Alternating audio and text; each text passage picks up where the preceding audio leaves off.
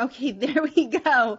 Thank you everyone for joining us today, May 27th, for virtual programming on social media. This session will be recorded and placed on the Online Professional Development LibGuide probably later today. So today we have Chris Morgan as our presenter. He is is the Programming and Outreach Services Librarian at the Newburgh Free Library. Chris majored in public communication as an undergraduate at SUNY New Paltz and has an M.L.S. from the University of New York at Buffalo. So I'm going to turn it over to Chris and mute myself and have a great time. Just please hold your questions until the end of the program. Okay, thank you. And thank you, Chris. Yeah, absolutely. Good morning, everybody. Thanks for joining us today. My name is Chris Morgan. As Jen said, I'm the adult programming librarian at the Newburgh Free Library. And part of my job as outreach librarian there has involved running the Facebook page for the library for the past 2 years. So I'm going to get started with my PowerPoint.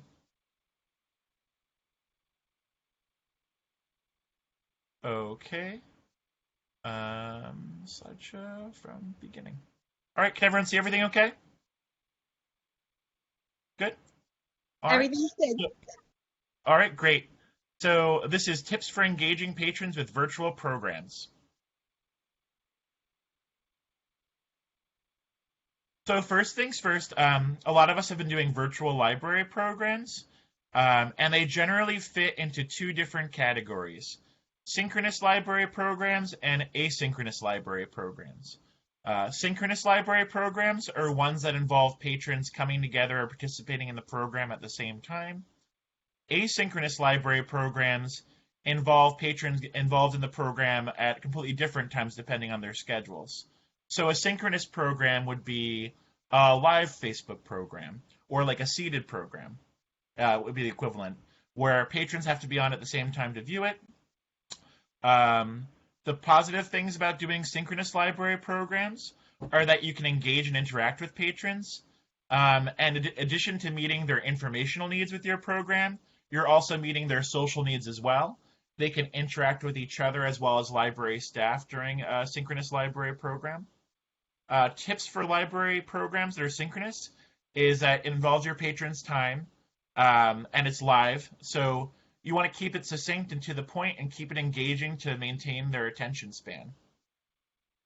These are great for discussions or presentations that would involve a Q&A, like if you have an expert that the patrons can ask questions for, or if your patrons want to get live feedback on something they're doing, like if it's a craft or a recipe cook-along. Asynchronous library programs, those are your passive programs or recorded videos that were pre-recorded.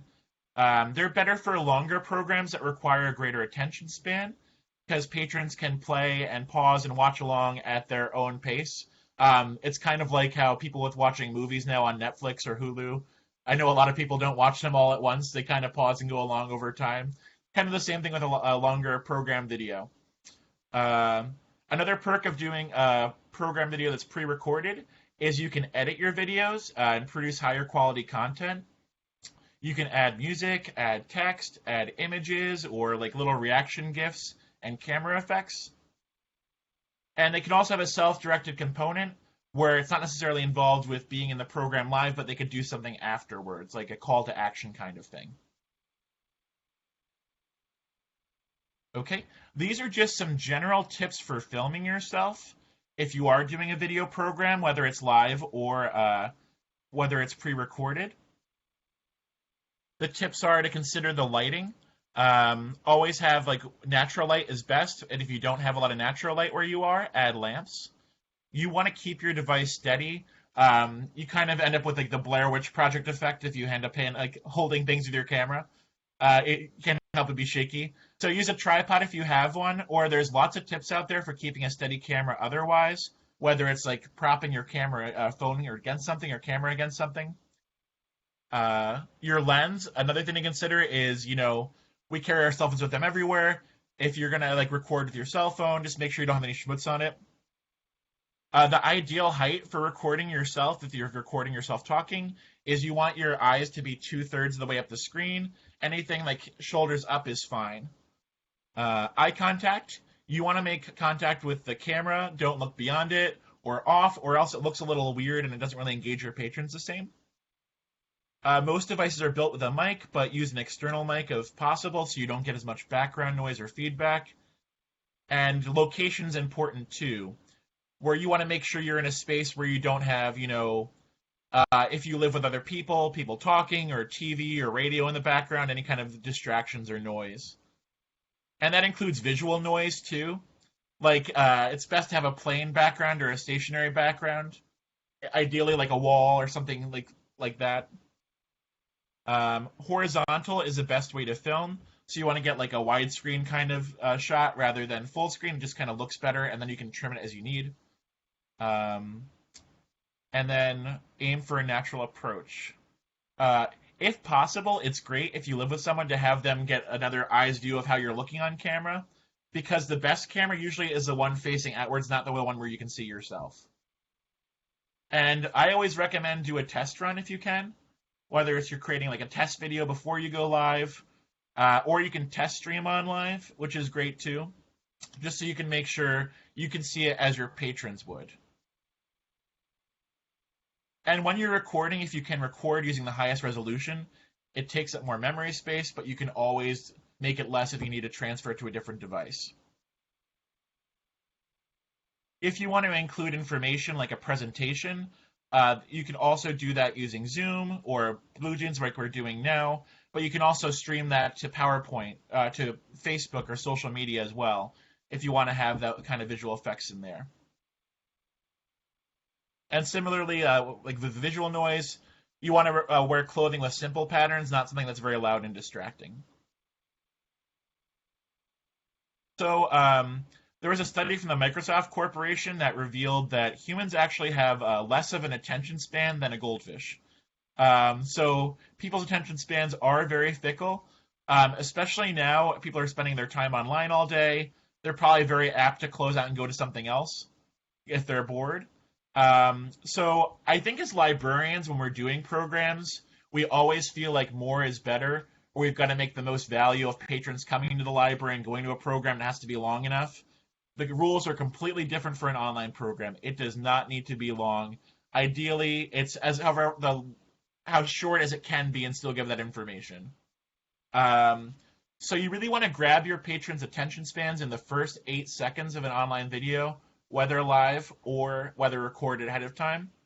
They recommend putting titles or some kind of branding soon earlier on. Like we have at Newburgh, we have a title card that we use in videos with the library's logo on it.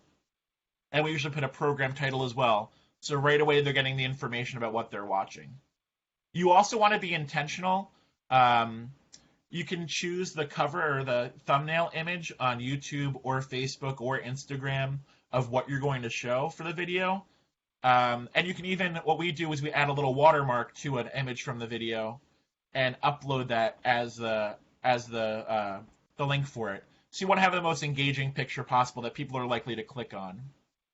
You don't want someone's like face paused or an awkward picture like that. So just some information that's kind of like useful to know to keep in mind is for YouTube videos. Under 1 minute videos are watched to completion 80% of the time, 2 to 3 minute videos 60%, and 5 to 10 minute videos only 50% of the time. So you're going to see similar trends with your Facebook videos or other videos as well. The shorter the video is, the more likely the patrons are viewing all of the content you're creating. Another tip, too, is to create video playlists, whether on YouTube or on Facebook. We have video playlists for crafts, for children's programs, for book programs, for recipes, etc. And that way, your patrons are seeing similar content to the one they originally clicked on, and it's redirecting them to see more of your videos and not other random videos online when they're watching videos.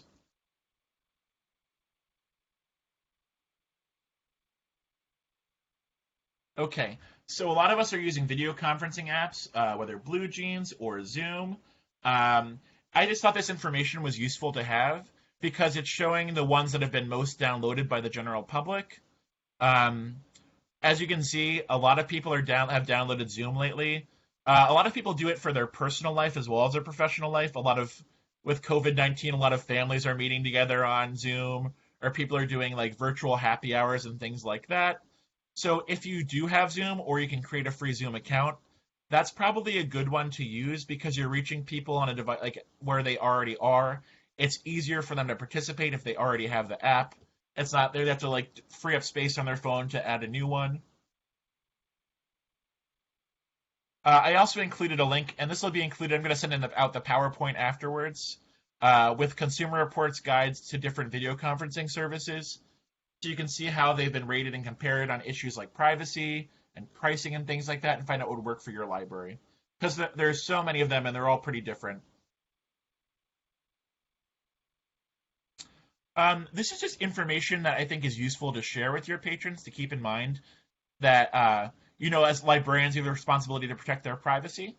So you should let your patrons know some way, whether it's an email like reminder when they're sending about a program they've registered for, or just having this on your like readily visible on your website. If they're going to participate in a video program, they should be conscious everyone can see the name they put in. That they should act like they're on camera at all times, even if they think they're not. So they should be considerate like what's on screen before they go into a chat. You should not share the link everywhere or general places because there is a risk of Zoom bombing. I'm not sure if people have heard of that, but a lot of times, especially like the first couple of weeks of quarantine, a lot of Zoom meetings were getting bombed with inflammatory content from online trolls. So the less people that have the link that would use it, the better. In general, if people do not want to be on camera, they should cover their webcam when they're not using it, whether there's a built-in device or if they just want to put a piece of tape over it. If they're going to be screen sharing at any point, they should just take a look at it like an outsider would and just see if there's anything they would find embarrassing on there. And also, if they are going to be sending a message in a different video conference, they should keep in mind that it is recorded and can be downloaded and shared by the presenter. So they should keep that in mind when they're sending any messages in there too. Okay, so I'm going to talk about different social media platforms and programming. So the first one I'm going to talk about is Facebook. Facebook is still the king of social media. It's the most widely used social media platform out there. So what a lot of libraries have been doing is if they are producing videos, they've been uploading them to YouTube and sharing a link to Facebook. And I'm going to just say that that is not a good idea. If you have a video file, you should add it to Facebook completely separately because it's considered then native content by Facebook. Facebook wants to incentivize posting content directly to it. So if you upload something directly to Facebook, it gets a much wider audience, twice the audience size, 3 times the number of shares, and 7 times the number of comments. Part of the reason for that with videos is that they start playing automatically when you're scrolling through your feed. If you've ever noticed, or if you want to look later or pay attention to it later, if someone posts a YouTube link, it's just a link that you have to click to and view and see it separately. If someone's uploading a video directly to Facebook, it's going to be moving as soon as your screen comes across it. So you're going to get a higher level of engagement with that. So it is an extra step of the workflow process. What we do is we have 2 separate people running Facebook and YouTube. And when people send a video, they just copy both of us on it. So just, keep that in mind. It really is worth the effort in terms of outreach. Our YouTube views get much fewer views than our Facebook ones do. Facebook, you're really reaching people where they already are. If they're already following your page, they're going to see it. They don't have to find your YouTube page and go look at it. So these are just some stats on there about the higher numbers of likes, shares, and comments and reach that posts get. Okay, another thing I'm going to recommend is to experiment with Facebook Live. There's a higher level of interaction on Facebook Live. Patrons can comment on it and get feedback or ask questions. It's also cool because you can see in real time what's working in terms of getting your patrons' attention and who's watching it right away. And live posts do get wider views than pre-recorded posts. because you often get notifications when a page that you follow or like has gone live.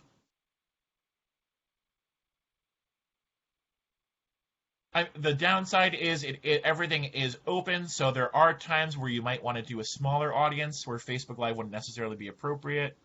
Or you might want to do something like have a meeting in Zoom or something like that where patrons can engage with there, and then it's just shared with the rest of Facebook as a live video. Another benefit too is, even though it's live, it's automatically pre-recorded for later viewings. So after the video has been posted, you can see those stats still climbing up days later. The only way it won't be recorded is if you manually change it so that it's not recorded.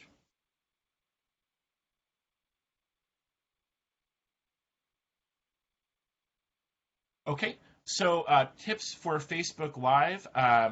You should schedule your live video and promote it. You can actually, if you create a Facebook event now, you can create a Facebook event for a live video. Another thing I mentioned before, but I'll mention again just because it's important, you should do a private stream to test out your setup or your presenter setup. A lot of times we're working with new people, and we haven't video conferenced with them before. This way we can see that they have the technological specifications that you need to produce a high-quality video. Another tip for Facebook Live is while you have your patrons' attention right there, it is helpful to have links in your post about the Facebook Live video, like whether it's your website, any other information you want to share, maybe an agency's page, having it right there so the patron can see it and access it right away. We always have a staff member monitoring Facebook Live, responding to comments, maybe repeating for the presenter. If we do have an outside presenter for Facebook Live, we do need to make them a temporary administrator for the page so they can post directly to it. A way around that, if your library is not comfortable with it, is you can have your presenter access Zoom and then stream directly live through there. But currently, we're just making people temporary administrators. And then we have a staff member that takes care of the audience engagement. As I mentioned before, wanting a smaller audience, another option a lot of people don't realize is that you can create a Facebook group on your library page, like we do for book clubs or any smaller regular group that meets, and you can have live videos streamed directly to just that audience and not the entirety of Facebook. So if it's like an author event you want people to register for, or it's something where they want only a certain number of an audience for it, you can do it that way. Okay. As I mentioned before, yep, you can if you also want to do a video or a live video that has multiple people speaking, you used to be able to do that directly from Facebook, like kind of co-broadcast. You cannot anymore. Unfortunately, timing-wise, they got rid of that feature last year before this now, where it would have really come in handy. But a way around that is you can have people chat in Zoom or BlueJeans or other video conferencing software and have that streamed directly to Facebook.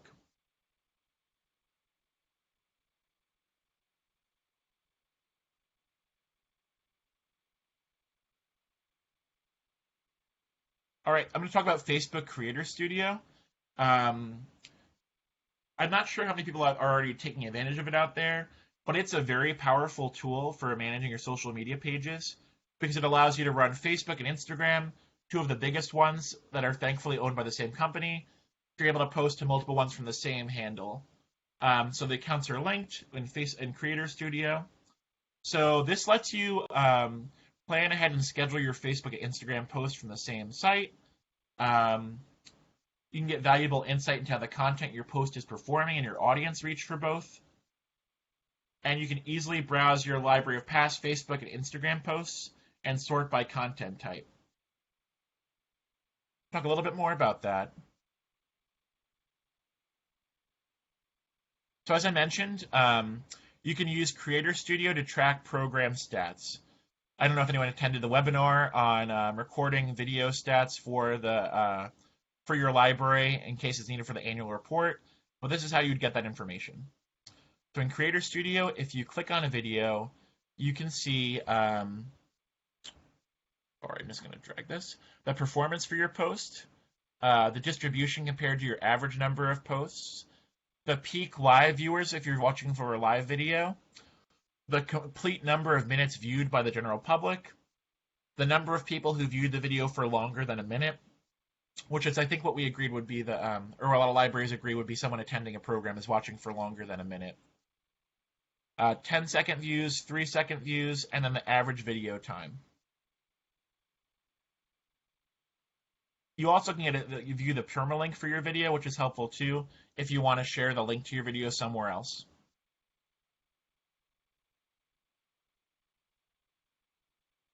You can also see the audience and engagement will list the number of unique views you've had of your video, the total number of people reached, and the complete engagement for the post, which is the cumulative number of likes and shares that a video got or comments. It also shows, which is kind of cool, the top audience demographics for your video and the top location.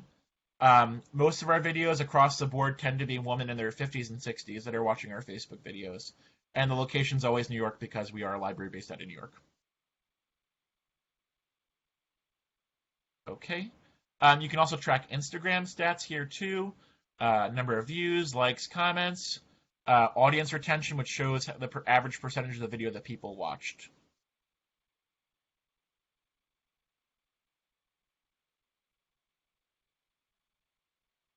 Okay, I'm going to talk briefly about the benefits of scheduling your Facebook and Instagram posts.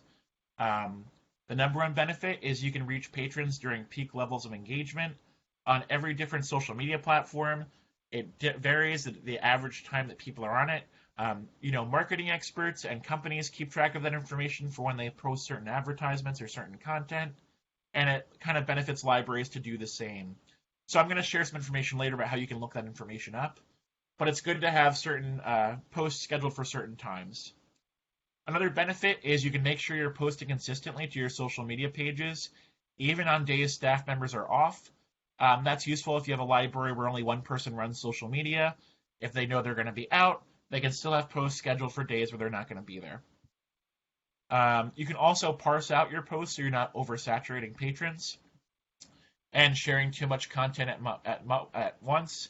You're not doing information overload, or they're not getting sick of seeing multiple posts from the same place on the same day where they unfollow you.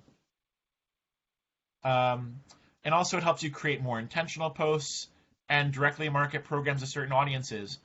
Story times do better if they're posted certain times of day. Posts for working professionals do better at certain times of day. It really is your audience is what you should consider when you're posting. I also have on there, it's not through Creator Studio, but you can also schedule the time you post tweets via the ads campaign dashboard. And once you have that registered for that on Twitter, it's free to schedule your posts through there. All right. So this is information, I think, from April 30th, so it's pretty recent, on the best times to post to social media. Generally, the common theme is it's during the day. More people are home all day on their personal computer or their smartphones and using social media all day. So for Facebook, the best times to post are Monday, Wednesday, and Friday from 10 to 11. On Instagram, Monday, Tuesday, and Friday at 11 a.m. and Tuesday at 2 p.m. and weekends from 9 to 5. So a lot of people use on Instagram on the weekends still too. I think more often than they use Facebook. And then Twitter from 7 a.m. to 9 a.m. Twitter is almost like a newspaper. People are checking their news, getting the pulse of things right early on in the day. So some general trends across the board. More people spending time on social media during the workday. The peak times to post on social media will likely change in the next couple of weeks as the weather gets warmer and as we move to different phases of reopening. So I would use a website like Sprout Social is great, or find another website that you like and see what they're saying in terms of social media times when to post.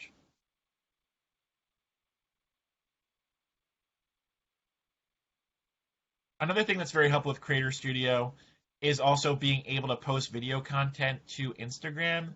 You don't have to do it directly from your phone anymore. I find during the workday it's easier for me to post right from a laptop or desktop.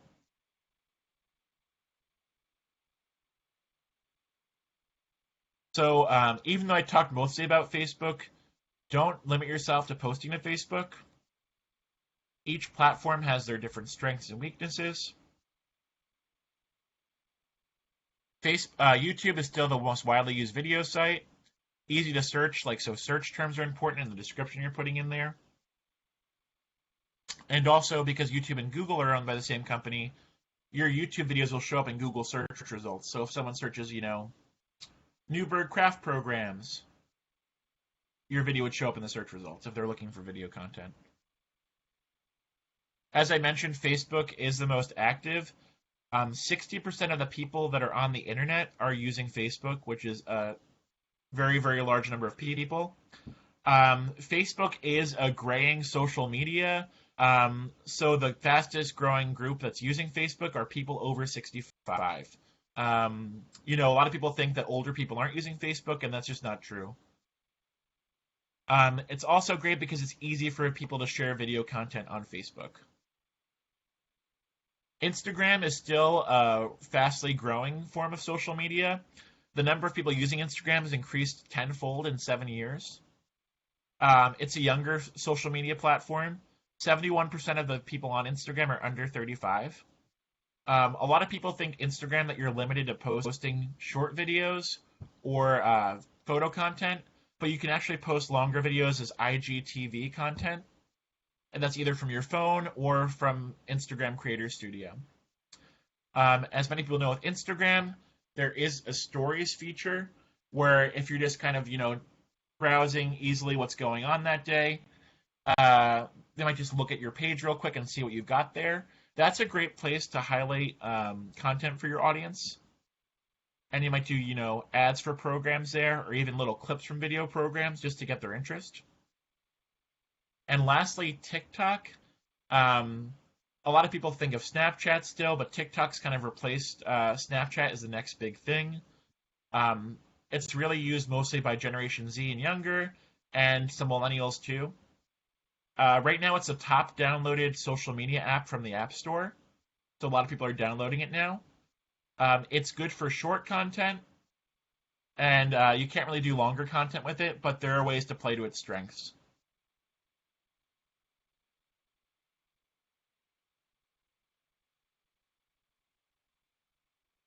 Okay. Also, you should embed and share your video programs wherever you can.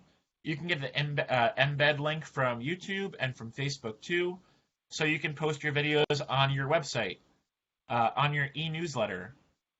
We put links to our videos in our online calendar, so patrons can see it on our calendar still and follow the link directly to the video if it's recorded. We have a LibGuide for our online programs for adults and for children. So it's kind of like our own repository for different online programs people can visit.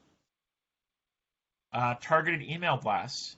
You might have patrons that have been part of your book clubs that you keep a separate email listing for, or patrons that have signed up for craft or art programs, a separate email list. So you can send out video links in there too. And then also you can share the embed for your videos to different local community groups if they want to share that information on their website too. So really, if you're posting links or embedding your video different places, you're driving up your views anyway. And what's kind of cool also, I'm going to go back about sharing your videos to all those different places, is you're getting cumulative views every different place. It doesn't hurt your number of views anywhere else to have your video everywhere. And then when you're tracking your statistics, you can add up your views from all these different platforms. So I'm going to talk about Twitter. So for Twitter, that's probably the site where hashtags are the most important for finding content because it's produced so quickly there. As everyone knows with Twitter, you're limited to a number of characters. One way to get around that is to use images in your tweets. Pictures worth 1,000 words. You don't have a limit for the number of characters you can use in an image. So if you post a picture with text in there, you can really post as much as you want. Also, photo content on Twitter is more likely to get reposted. So that's another benefit of posting pictures there. With videos, they're limited. You can only post videos that are shorter than 2 minutes and 20 seconds, which is good for shorter programs like short DIY or recipe programs or book talks. Tweets with video content are seen 10 times as much as regular posts on Twitter. So that's more engaging content to share there too. It's also a great site for sharing things with different community groups because you can add them or tag them in a post. Instagram. Make sure your account is set to a business profile so you can get that valuable insight into post reach. Like with Facebook, native content gets a boost on Instagram. So longer posts can be posted as IGTV videos.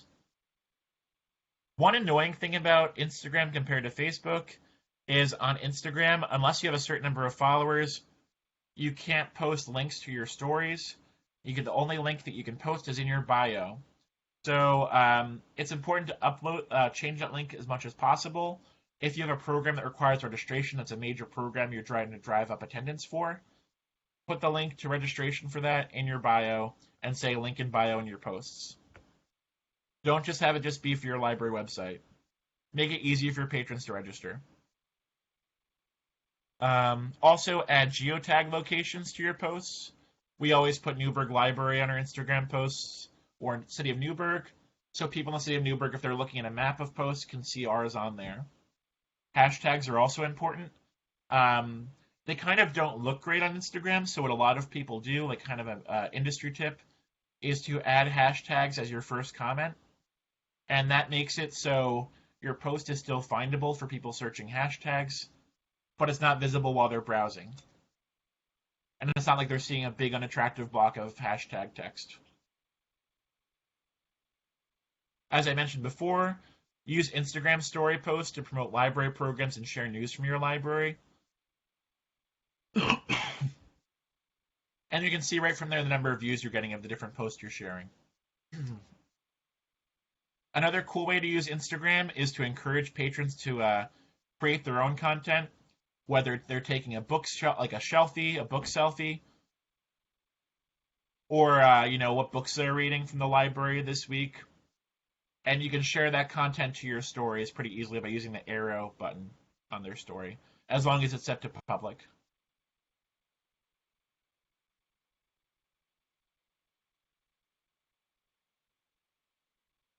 All right, TikTok is one I'm assuming a lot of people out there aren't as familiar with. With TikTok, videos have to be under 1 minute. So it's good for very, very quick DIY programs, recipes, crafts, and book talks. Right now, we just have one recipe up on there, but we're going to be using it for more ads for programs or samples for longer programs. And it's great for if you want to reach that audience I mentioned before of, Generation Z who are in their early 20s now, or your millennials who are in their late 20s and 30s. With TikTok, you don't have to directly film from your phone. You can also upload pre-shot videos. And with TikTok, it's pretty neat. You can add different camera or music effects. And people can also find them that way if you're participating in a different TikTok trend, like one using a song. If they click on a song, your library will be featured with other posts using the same song. Like with other things, use hashtags to help users find your posts. And participate in TikTok trends if you can. You can usually see what the big ones are that day, and you can try to they're really easy to browse, like the current trends, and you can try to make one pretty easily from your library based on what's available there, just to drive up your number of followers so they see more of your content. So I'm just going to show some examples of online programs that we've done already or we're going to be doing in the near future. Many of you are familiar with the ShopRite Dietitian program. We have a program planned with them for June 16th. They're going to be doing a Zoom presentation on grocery shopping and meal planning. So the store nutritionist is going to talk about tips for, shopping for the week, how to buy foods that last, how to store and freeze food, and how to do different ingredients. And she's also going to be doing a second program where it's actually cooking using some of the ingredients that you'd buy on a shopping trip. So that's a synchronous program on Zoom, and that's useful so patrons can ask questions as it goes along.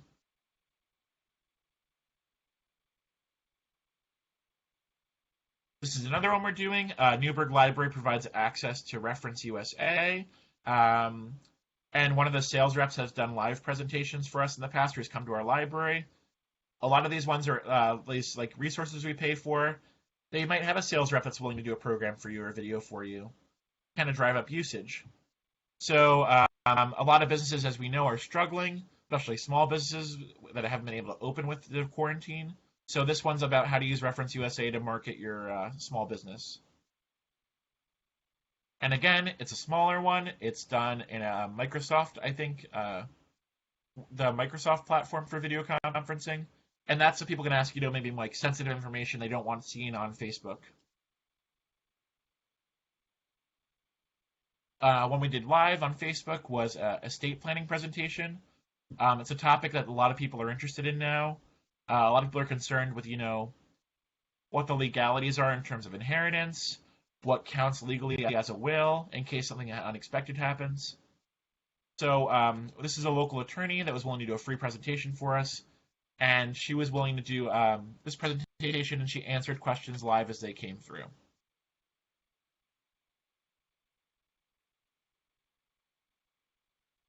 In terms of soliciting content from patrons, well, we did a National Library Week, a Shelfie week. So we encouraged patrons to share shelfies during the week, whether it was a picture of their book club collection or a picture of them reading a book. And then we created video collages of all their pictures that we shared on different social media platforms.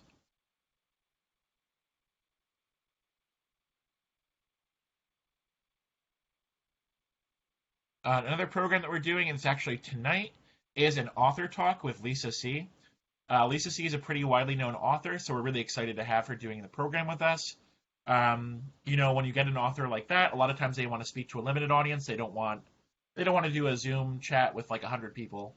It's a smaller group, and that way the people that are in it get the most out of it. So I think we're limiting it to like 25 or 30. But another cool thing about virtual programming I didn't mention before is that you're not limited for your presenters by geography. You can find an expert anywhere to talk about something that you want to have presented to your patrons. Or you can reach out to different, bigger authors, and you might not be able to afford to get them to travel to your library, but they might be willing to donate their time and do a short video chat with your book club, which your patrons would really appreciate. All right. So that's what I have in terms of my PowerPoint presentation. I wanted to save some time in case people have any questions about what I presented, or maybe something they didn't get to address in my presentation.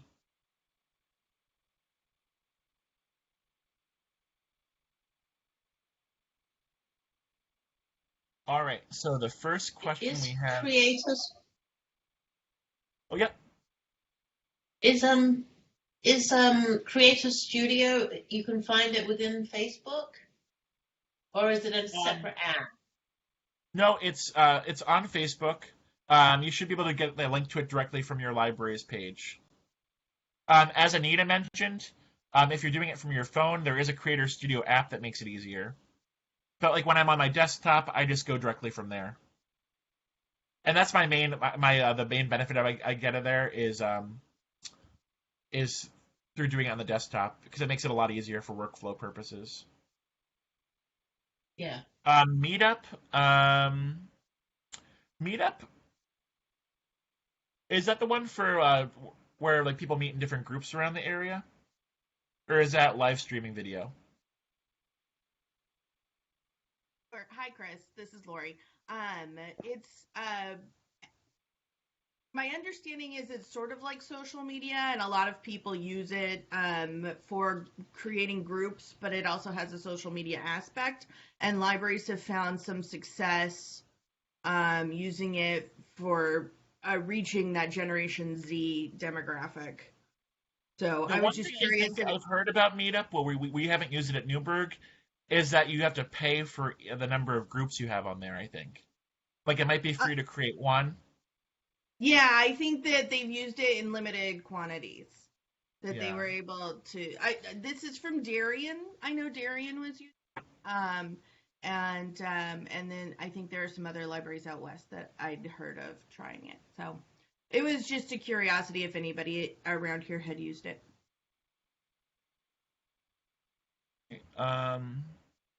Yeah, no, we personally haven't used it for anything.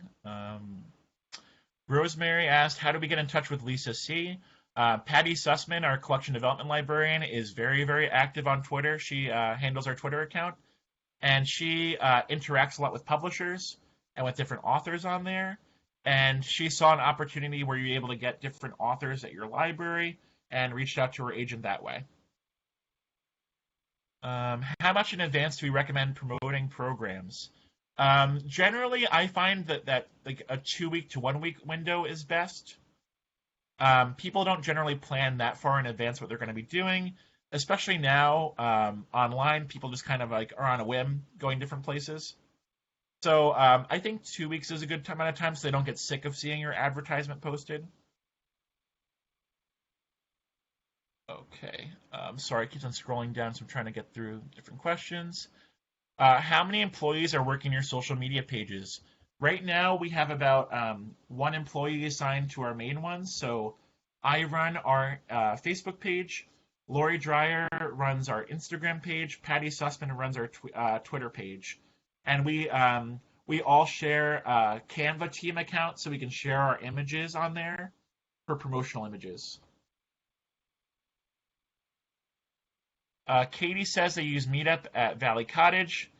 It's pricey, but has expanded their outreach quite a bit.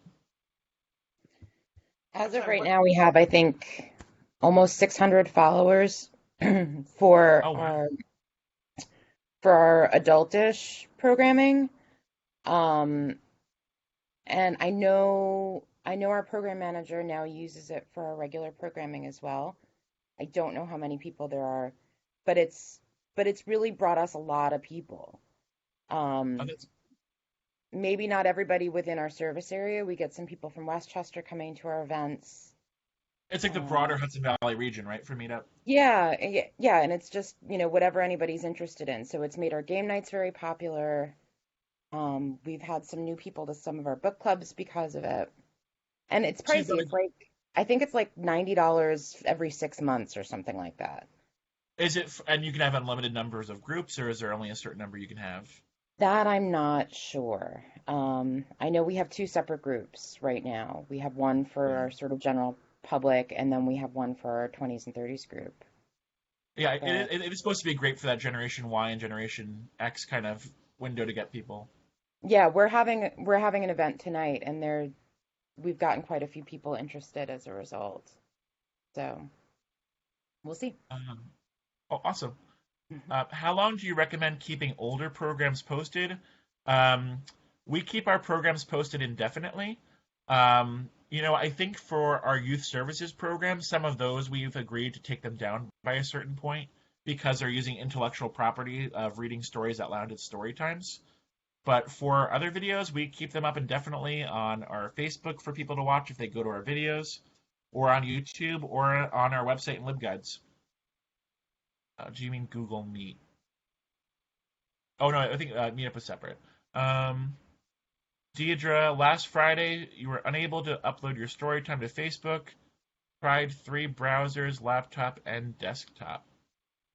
I'm not sure specifically what problem you had in there, but I do find Creator Studio, there's also a lot of helpful tips in there, too, for troubleshooting. But if you want to email me later and see, we can talk privately. I can see whatever's going on. We can try to troubleshoot it. I'm happy to help. Nicole asks, is there a way for people to register for a Facebook Live event, or would it always be open to whoever came? If it's for that smaller audience of a group, it would just be for whoever joined that group ahead of time. Otherwise, it's open to everyone who follows your Facebook page or wherever you share it. Another thing we do to boost attendance sometimes is I will share a link to our live video while it's live in different Facebook groups, like Events in the Hudson Valley, or Living in the City of Newburgh, or Hudson Valley Foodies. Just based on different topics, I'll share them in different groups. We haven't had an issue with an error message on Facebook Live. The one issue we did have is we thought screen share would be easier on Facebook Live than it was, where you couldn't really switch between screen share and the presenter speaking. So I think in the future, if you want to have PowerPoint, we'd recommend using Zoom or BlueJeans and streaming directly to Facebook Live through there. Anya says they use Meetup at the Palisades. a subscription fee, but we've had success reaching participants. Their Artist Way workshop. Oh, that's cool. Does anyone's children's department have a separate Facebook page? We don't. We post all directly to the same page. I think, from what I've learned from my continuing education about like social media, it's not a good idea to kind of balkanize your library Facebook. You still want to have one general library Facebook page. If you do want to reach a targeted audience, then maybe do that by always posting videos for children or for parents around the same time where they know to look for it. Or use a certain hashtag.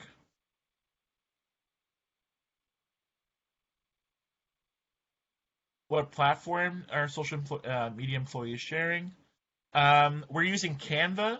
I don't know if anyone's used Canva, but it's kind of like Library Aware, and it's it's an image creating software online that's great because you can create flyers in there and also posts that are direct for the dimensions for Facebook posts or for different social media sites. Sorry, let me scroll up again.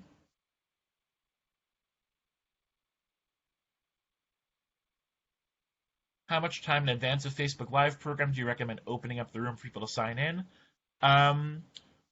Ours don't go live until they're scheduled to start. So they don't it's not until like right when they start that it goes live. So it's not like, Zoom or another video conferencing site where people can join ahead of time. Warwick is setting up children's Facebook and Instagram pages. Oh, cool. Yeah, I know Instagram, too, is a great one for children's programs, too. They're finding a lot of the younger parents are on Instagram, too, looking for content. I think if people think of Instagram, they think of, like, 20-somethings, but it's really millennials that are across the life experience range, too. Valley Cottage will have a Facebook group for summer SRC this year. Yeah, that's another option, too. Rather than creating a separate Facebook page, is creating a Facebook group for, I don't know, like parents and caregivers of your library area or things like that where you can post things that are directly relevant to them. And you're not oversaturating everyone else.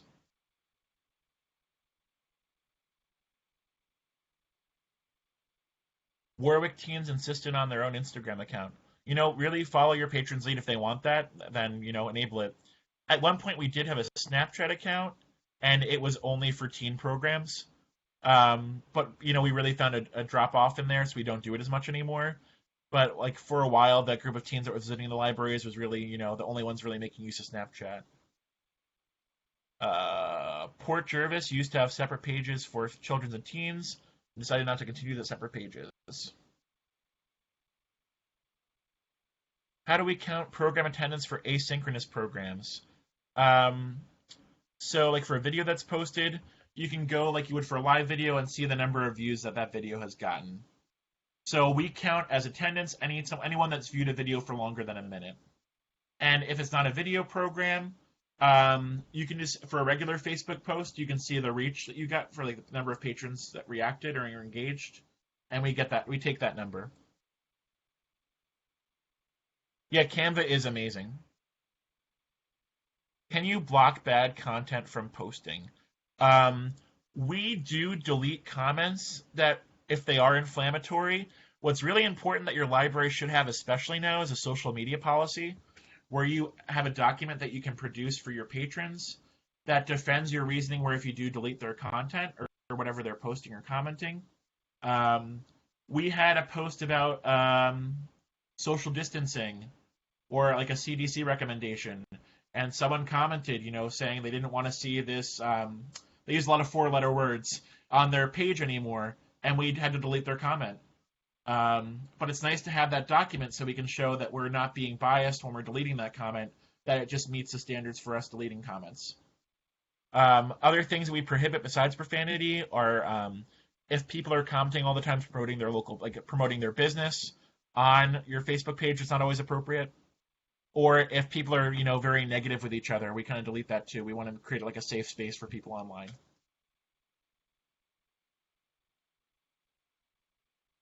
Nyack is a separate teen Instagram account. every other social media platform to the entire library.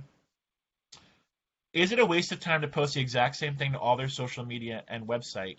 I don't think so, because you have different audiences for each, and you can add together that number of views you get on each one. So rather than individual, cumulatively, your views and your stats for your program are going to be much higher than if you just posted to one.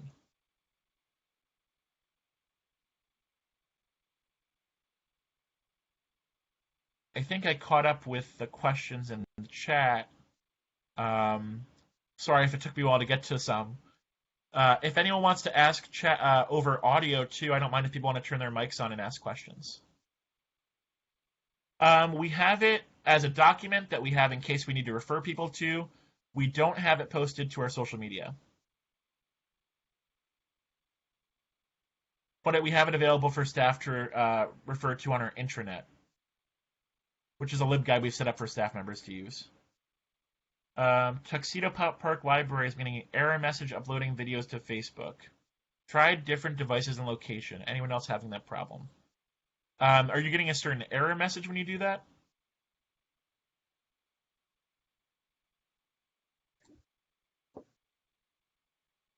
Yes, getting a network error message, and I tried different devices, I even tried a new page for the library on Facebook, and every time I try to upload a video, I get an error message.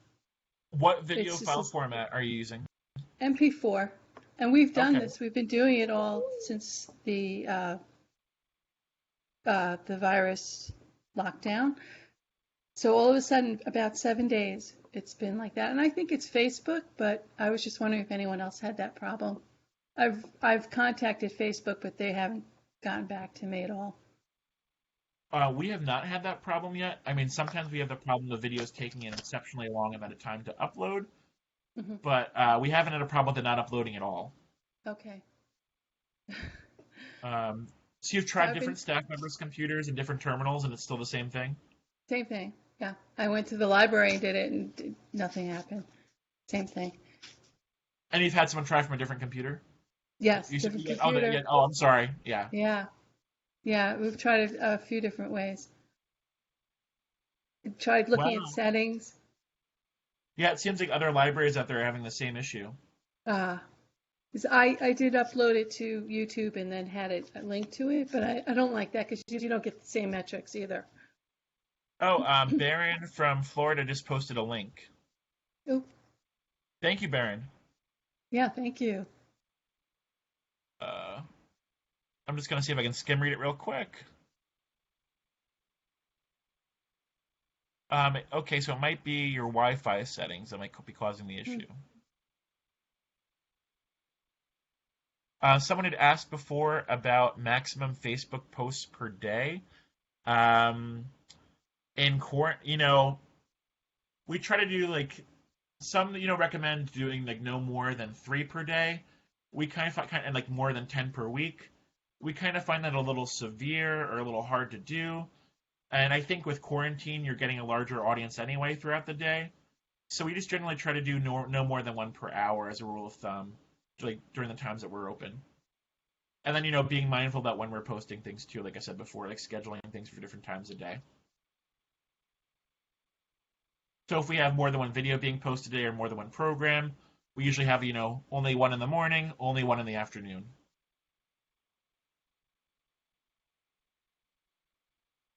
Oh, do 1 per day? Yeah, well, between our youth services department and our adult services department, we have a lot of programming going on, and we usually have to do it that way to kind of split things up.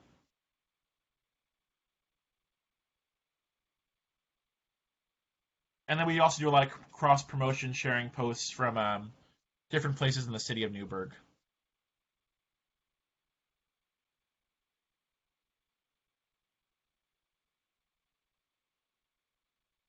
Does anyone else have any questions they want to ask in the chat or via audio? Sorry if I missed your question. Is my job solely handling Facebook, or is that part of my daily work? That's just part of my daily work. I also arrange all of our outside presenters for adult programs, and our schedule of adult programs that we do in-house too. And then I also edit together our e-newsletter that we've been sending out weekly. The number of Facebook posts we do, probably, I would say on average, you probably do 6 to 7 posts a day. Yep, I'm full-time. I would say Facebook probably takes up about maybe 30% of my workday.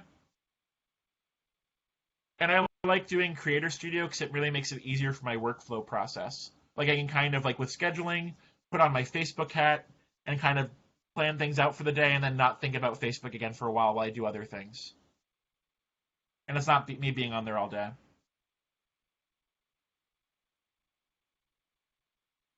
And yep, we have different employees assigned to different social media platforms.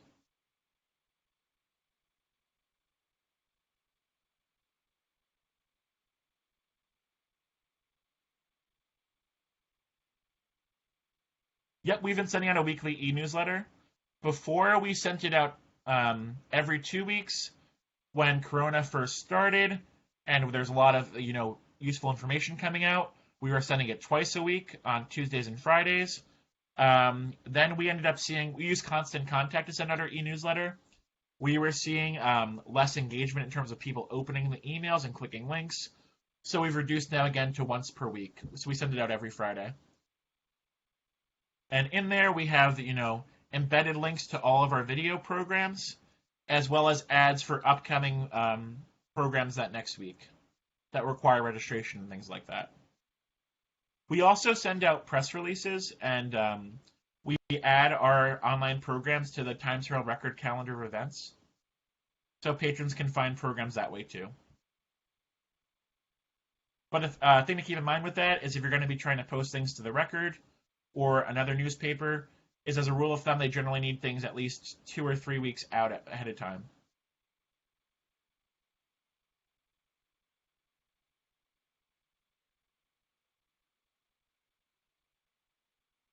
Okay, we are coming upon that 1 hour limit to our time here today. I want to thank Chris so much. And Chris, actually, do you mind just placing in the chat box how people can contact you, if you don't mind doing so? Absolutely. This was so wonderful, so fantastic, and I'm sure there may be some follow-up questions. I do want to, of course, the questions come up, time allocation for job responsibilities. Newburgh Free Library serves a very large population. Chris, do you happen to know how many people offhand? I think it's like the combined population of around 90,000 because it's the town of Newburgh, town of New Windsor, and then also the city of Newburgh. And there's roughly breaks down to about 28 to 30,000 each.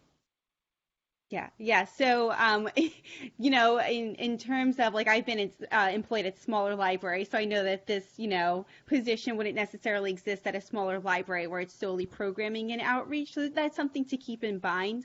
But I'm sure, as you become further acquainted with these social media platforms, it becomes just totally natural with posting content and fairly fluid. So. I don't know, Chris, if you want to speak to that at all. Do you feel like you have it down pat at this time? It was a lot keeping up with at first with the number of links being shared with coronavirus as things were developing. Now we've kind of gotten into a workflow. Another thing we had problems with right away, and I'm sure other libraries had this too, was sharing video content was really tricky for our staff to get a grip on, because a lot of times the video files are too large to send with RCLS email or Smarter Mail. So we were using Google Docs is what we ultimately end up using, and we use Gmail accounts to share videos. But, once we've established a workflow, and I really think that's the most important step really for all these things is to have, a programming workflow or virtual programming workflow and a social media workflow. Once you have both set up, it really makes things a lot easier for yourselves. That sounds like you're volunteering to host another webinar. Anytime. Thank you. This has been lovely. Thank you for letting me present.